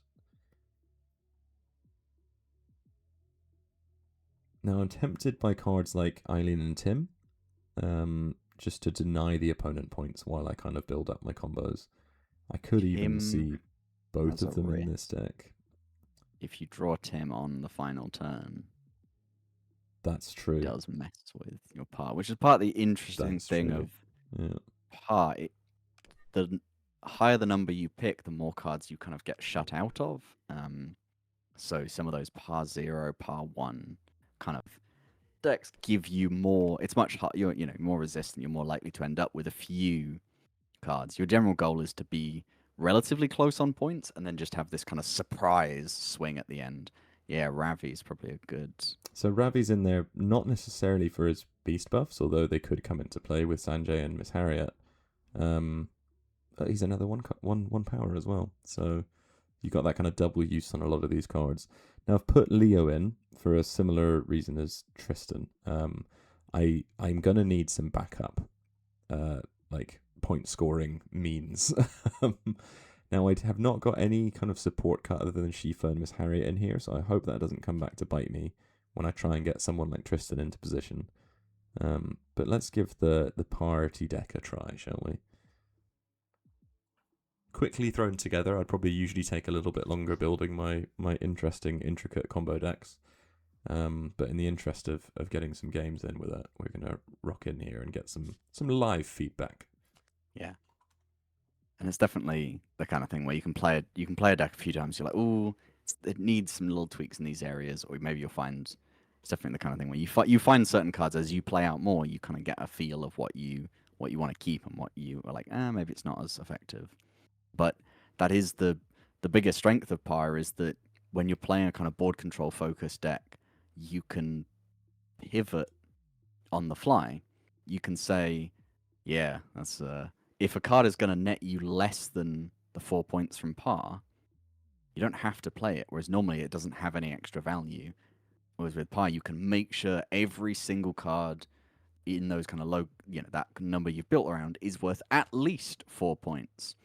And all the cards you play are giving you more than 4 points by the nature of you kind of choosing to play them out. So that sets you up in a kind of really fun way where you can think about, So I can already say, hold a few cards back for surprise. I'm not going to put Tristan in the print space here against this, what looks like an elitist deck. So I'm going to still play Tristan. He's going to be a knight. I think I'm going to throw Amy out here, and that's just to debuff Adrian Yu. I know it's a 1 power that I'm taking out of my hand, but again, to your point of having cards on the board, and I think 2 power less on Adrian Yu is something I'd like very much. Thank you very much. It kind of yeah, it takes away the Jurgen buff essentially when it comes to conflict in there. And Definitely. we'll And see what we that's keep drawing. Can we get a few more 1-power cards in our hand before turn 7?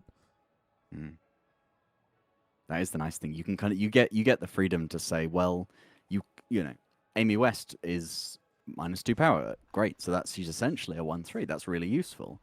So you can run her in situations, but if you get her in your hand in a situation where she's not useful, well, that's fine because you can turn her into points later in the game. That flexibility is what makes her powerful. I can't not play cards. Or can I? I think again, I'm throwing Sapphire down here. I want to be able to contest the night space. You know, I might draw a card that isn't 1 power after this. Quite a few pawns on the board, which made Sapphire quite good there. Try to think about favorite locations. What's the name of the cathedral that returns a card? St. Paul's Cathedral, yeah. St. Paul's Cathedral is by far my favorite. Just because whenever I've been playtesting Discard, it's just every time it's like, oh my god, it's back. That is a blast. It also just opens up so many fun opportunities where like someone wipes out your whole deck and then you play Lawrence and then you just because Lawrence discounts your entire discard pile by 2. So I'm actually skipping a turn here because I knew they'd play a knight and I knew I wouldn't be able to contest against it with my 1 power card. Yeah. So we've had to do that. If we have to skip 2 turns though, we may be in trouble at the end there. Yeah. But it's in service of the combo, George. It's in service of the massive wombo combo that I'm about to pull off. It's going to be glorious. Because that's the thing, their whole Prince scoring. Harriet. Oh, nice. Their whole Prince scoring that turn was only 6 points. And each card par discards is 4, so... I'm going to put Miss Harriet on the core pile here. And it's a 1 in 3 chance that the street dog lands on Jurgen Mayer. Come on, guys. I mean, you still win this, even if it... Oh, I know, right? I know. The combo has worked out perfectly. The deck is working gloriously. And look at that, like clockwork, the street dog. Oh, yes. Oh. Westminster Who. Look at that. We've got 2 cards up there.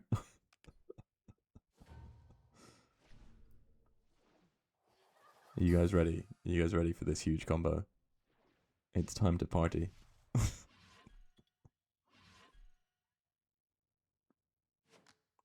I can't believe the draws. We got the ultimate draws on this. Yeah, I think we may have just witnessed the best.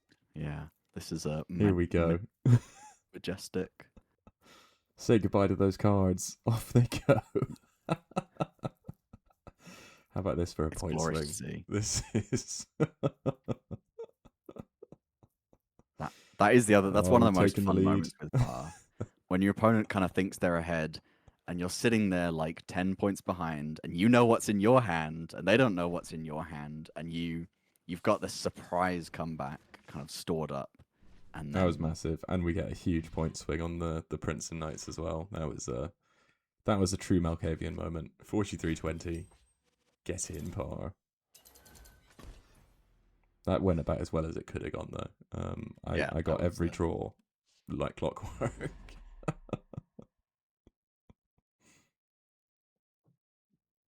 That is the thing as well. Even if you don't, par did save you in that game, definitely. But as you start to adapt your deck, as you start to get a really kind of honed par deck, there are some games when, certainly in some of the ones that you get a bit later on, there are some games where you don't even need par. You're winning that effectively. But then when you do drop par, you just totally take it over the line. And there are some games where you get pushed back a bit, and you kind of really, really need those point scoring to really take you over the edge, and that's when par completely excels. And that surprise comeback that your opponent doesn't know how many points you're about to score from par is a big part of the fun of it. So I made a couple tweaks now, because even though that went really well, I recognize it went well because of the card draws as well. I did get pretty lucky there. And I want to kind of shore up a couple of the weaknesses. So we're gonna go again here, see what goes in. I recognise I didn't answer what my favourite location in the game is. It's a tricky one because, oh, pardon me, I seem to have lost a signal to my phone there. Give it a moment; it will return. It's a slightly finicky thing having the capture card.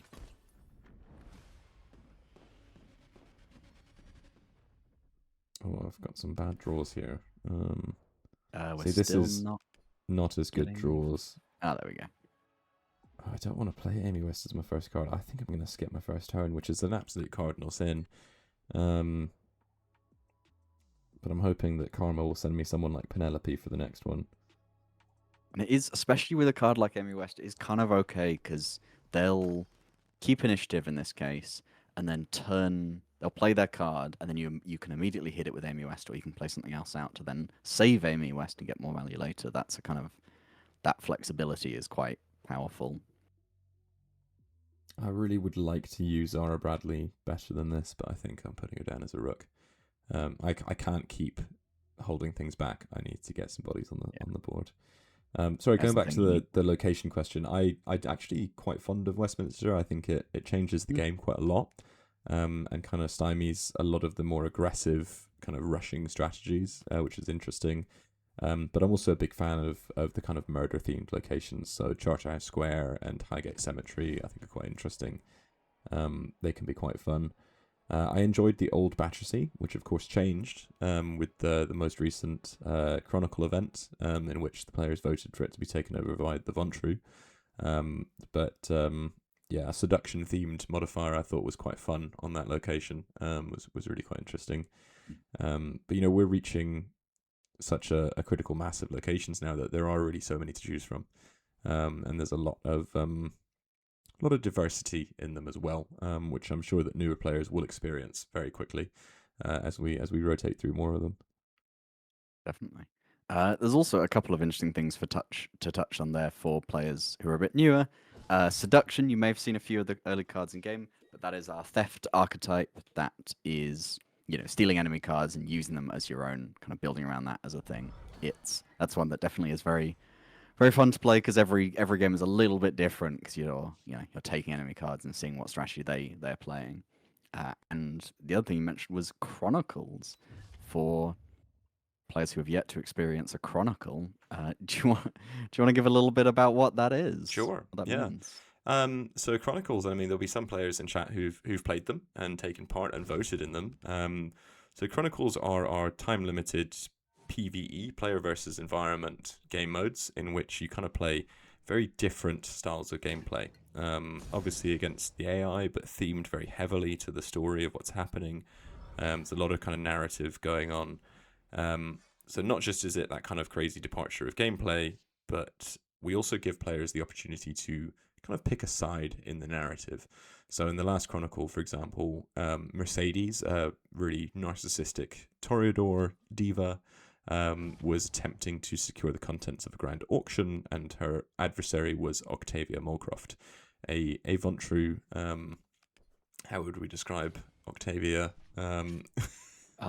Very corp goth, business-minded Vontru in the financial elite of London. Yeah. Who had a lot more, as it turned out, had Lovely a lot more money and a lot more financial backing from, and gameplay backing from the player base, which I think is the big crux of Chronicles, as well as it being a unique game mode that we are running every month.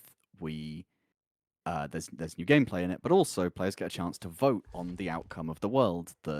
You'll influence both the story and the mechanics in certain ways. So in the most recent one, a location changed hands. It was in the end Battersea was taken over from the Toreador and gained by the Vontru. So its ability and its modifier changed to fit the Vontru and help protect the Vontru decks from really their biggest enemy, which is murder. Also, another absolutely stellar par game going on in the back, just cleaning up every time. We nailed them. But yes, with each Chronicle, there'll be a different my par win to my counter, so I'm going up by 2 here. I'm just of course, going wild. Yeah, Chronicles are hugely exciting for us. So the idea of players being able to influence not just story content, but also kind of gameplay content, it was a real experiment. We just kind of threw it out there and thought, is this going to work? Is this going to be something that people engage with? Overwhelmed by the response. We see so many votes. We see so many people contributing votes by playing games. And it's really exciting to be able to kind of invite the players in to influence the world that we're creating here and the events that are happening in London. Not only that, but influence the direction, kind of the game design in certain ways. So we're kind of inviting players in to help co-design the game with us by helping us to decide what content comes out soon. So George mentioned there that we've done contested locations. It says here on Battersea that it was once a favoured territory of the Toreador. It's been taken over by the Vontru. This is all because of a chronicle that happened. And there'll be other forms of content that will happen as well. So the first chronicle we ran was about which clan would embrace a mortal, and that was ultimately embraced by the Toreador. We plan to do a lot more of these. We're still building this out and kind of building it together with you guys in response to your feedback. So it's awesome to be able to put a bit of a twist on kind of live events. It's an awesome thing to be able to invite you guys to participate, and we can't wait to run the next one and see what you guys think of that one as well.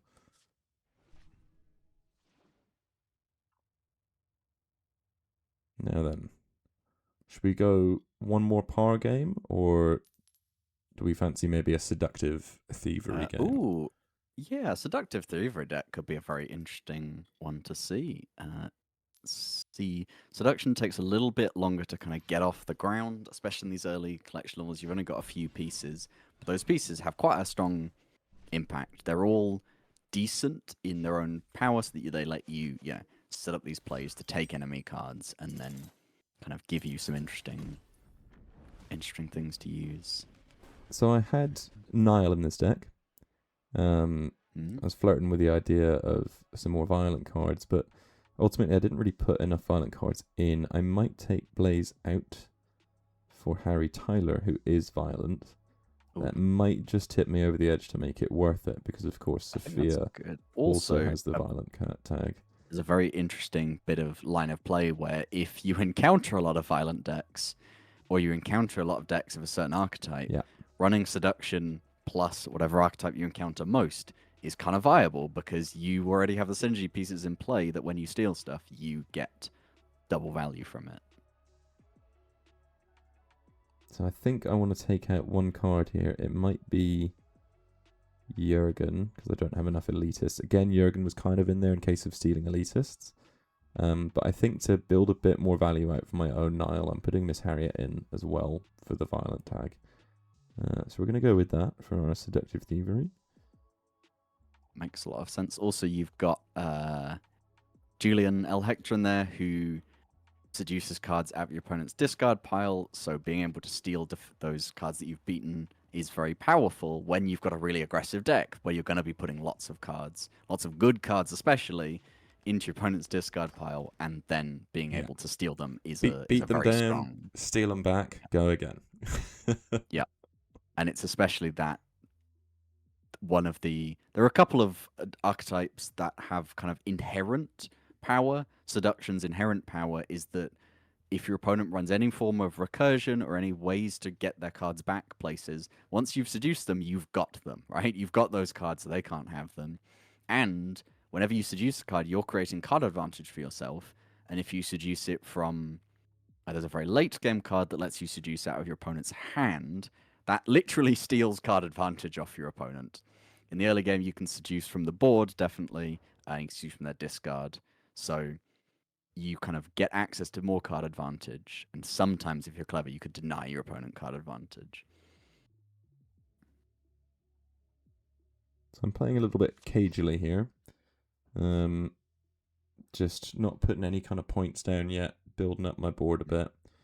We seem to have lost signal again. Let me just get that up again. But to the point of those kind of archetypes that have this inherent power to them, murder is very similar in a way that if cards that are murdered are just gone forever, they are essentially exiled. So an inherent power of murder is also that it kind of shuts down any form of recursion, anything that relies on the card actually being defeated or remaining in this defeated state, which makes it, oftentimes you'll see like murder decks will be kind of the trending towards the proper control style as you start to unlock them. They've also got some combo synergy. But yes, Elgato, no signal. New location coming soon. So I think we're going to go with the Leo Stein here. Well, to be actually honest, that's a 6-power mixed corporal. So I would like that mixed corporal. Yeah. That's the thing. You can kind of pick and choose. You can see your opponent's cards and be like, oh, yeah, I want that. And then... Because seduced cards are, of course, kept at the power that they are seduced at. This is a really critical part of the kind of thief aspect, right? So someone builds up a big powerful card, or a card like Mixed Corpal who does an on-reveal effect. They've already stolen power, they've already got that. I'll nab that, I'll have that, I'll trigger it again, get even more power.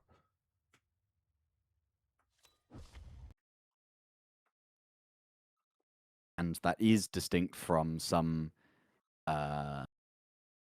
ways of seduction, because the cards that are simply returned off the board to your hand keep exactly the power as they had it. When a card hits the discard pile, its power is kind of cleaned, essentially, because it's much harder for you guys to keep track of where it's gone through once it goes into the discard pile, so we kind of reset it at that point. But these cards on board keep all that power. And you can also, a little quick demo there, you can tap on your opponent's avatar to see little stats about them, like cards in hand, cards in deck, cards in discard pile, which can be a useful extra layer of strategy when you're thinking about what to do. That was an excellent Ivy DuPont play, by the way. On Buckingham Palace, where she can't lose power. That was huge. Location modifier. But I did successfully play the reveal sequence there to get Hector to bring back their seduced card, which was Jürgen Meyer. So that's a thing. Now, if only I had an elitist card for Jürgen to buff. Slightly unfortunate. We do have initiative right now, which means that I think I can pull off a Leo Stein massive steal right now. And I think I'm just going to pop cards down in safe places to score me some more points off the back of it. So unless they replace Blaze, no, they can't even, because I've got initiative. So that's that was a nice play there, with Mux Corpal being so big and beefy. There's a really fun situation where actually being 1 point behind going into the final turn of the game was such a powerful advantage to you, and let you swing it in your favor with clever card placement. Which is definitely, I think that's one of the most exciting things, is that the game is almost never completely decided, right? You always have a way to try and use some of the interesting cards in your deck, some of the cards that you've built into your deck, in quite clever ways to unlock a lot more potential that your opponent kind of didn't expect. So there were a few things that they could have actually done there. You know, that wasn't a zero-sum game for me, just being able to do that. A card like Tim, a card like Travis, could have really ruined my day there. A card, I want to say, you know, Annabella, with the amount of cards on the board, would have probably done it as well. So it's not like I could just completely dictate the game there because I was 1 point behind. I was fortunate that my opponent didn't play any of those cards. It didn't kind of pull that on me. But we had just enough, and we got a big payoff for it. So happy with that, definitely.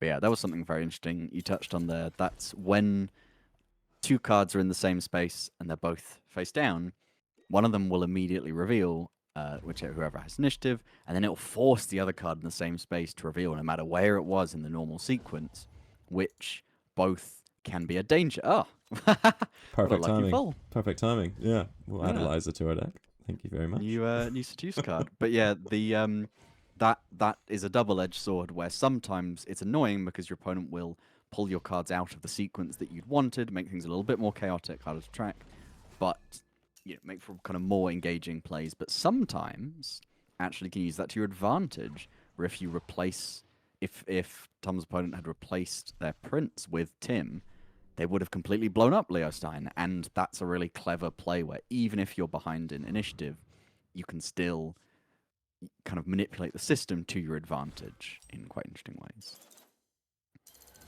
So I've replaced Yari with Eliza instead of someone else because actually maybe I'll keep them both because defeated cards help feed Julian. I did take Nile out because I took Yari out, but you know what? I think I'm actually going to swap Eliza for Nile.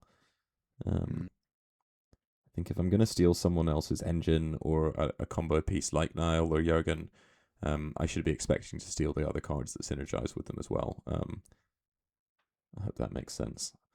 Yeah. So I think this is going to be probably the last one from us tonight, unless we are twisted in the arm by one of you guys to try something else. But I think 10 wins is a nice round number to finish it on, which of course I'm definitely going to get, right? That's Yeah. Great, excellent confidence. Great stuff. Going back to chat. Oh, look what just happened. It's not clockwork. You jinxed it. That's the thing. Yeah. Oh, damn. Yes. Victor Chang is after the card reveals, and Yari, as part of revealing, he forces a conflict if he moves on to an enemy card as a part of the single reveal action that he did right when he flipped over. So he kind of has to resolve all the side effects of his own conflict first, and then the rest of the game can continue. So I took the approach there that if I can't play, no one can play. Yeah. So that's again, these cards like Sophia that have a lot of tech open up so many different options because sure, in like a conflict, you could use it to cut their back line so that you have better support, right? But also, like that scenario, you can say, well, if I'm behind a turn, if I have to spend another turn building, so do they. They're not scoring points. And there's another turn now where they can't score points because you cut their back line. So I've decided I was going to go straight up the middle there. I will send something up the side, but I think Sapphire is going to be my central rook here because we're going to have quite a few pawns on the board. I will have initiative. Am I going to have enough power to get Leo Stein in early? I say early. This has been a very slow game. I have both players playing very, very cagily right now. Oh, that's a good combo with Abigail and Jurgen. Ooh, that is big. Definitely, that's one of the things with elitists. As you play more, you'll get to kind of see a flavor of the different keywords that we have, the tags on cards that tell you a bit about what they're like as a vampire, but also show you some kind of archetype guides. Elitists generally get access to the meatiest buffs, the biggest kind of power scaling available is often locked behind that keyword. Cards like Jurgen and Abigail as examples give you a lot of ways to play these really big powerhouse cards. With things like Violent, you still have a lot of power, but it's a bit more conditional. It's a bit more relying on you using your resources more cleverly and more targeted ways with Neil, Sheriff, etc. This isn't good, guys. That's an unfortunate. This isn't good. So I think we're going to try and do some big plays right here. So we'll take out one of these buffing cards, which is a really important step. I'm glad it's that one because we played into that knight slot. We will definitely seduce some cards now with Hector. Fortunately, we're going to lose that conflict, but not the cards I wanted necessarily. I would have rather had Mux Corpal there. The one I just defeated the turn before would have been much, much better. And that's too little too late. Yeah. Yeah, that is unfortunate. That is, you jinxed it. That's We can double Aster, though. As one of the other fun things about Seduce, it's one of the rare ways to get multiple copies of cards. And look at the power that Abigail Smith's about to be. That's oh no, my second Aster is not going to live. Okay. Annabella Wright is just salt in the wound there. All right, we didn't quite make it to 10 wins, did we? But 9-4, I'll take it. I might have not counted a couple here and there as well as we're going. A bit distracted, but that's not that bad, right? That's all right. Yeah, no, that's pretty good. For Series 1, some pretty basic decks, really. But GGWP to everyone that I played against here. That's been really, really good. And I think definitely demonstrates, even with really early game decks, even with really, cards that you're just starting out, you're just getting into the different archetypes, you can still make very competitive decks. And that is, at different collectional points, you can always make competitive decks if you find the right cards and the right ways that they go together. Well, that's been super fun. Sorry about that noise. It was my Microsoft Defender. That's been super, super fun. Thank you guys so much for tuning in. That is going to be probably the close of our first ever episode of the Card Haven. Really glad that people could come along. It's been loads of fun to be able to showcase the game and just play a bit uninterrupted for me. I know that George is kind of just sat watching, but I certainly had a really good time here. And thank you for all the questions and the engagement. It's really, really good to be able to answer them, to be able to hear you guys' feedback. And we really look forward to seeing you next time. Absolutely. And if you have any more questions or just want to chat to us, give us suggestions, feedback, talk about the game, you can hop over into the Discord where we have our growing community. And we check it regularly, so that's where you can find us. There it is. Love it. All right. Thanks again, everyone, and we will see you next time. Thanks, everyone. Bye.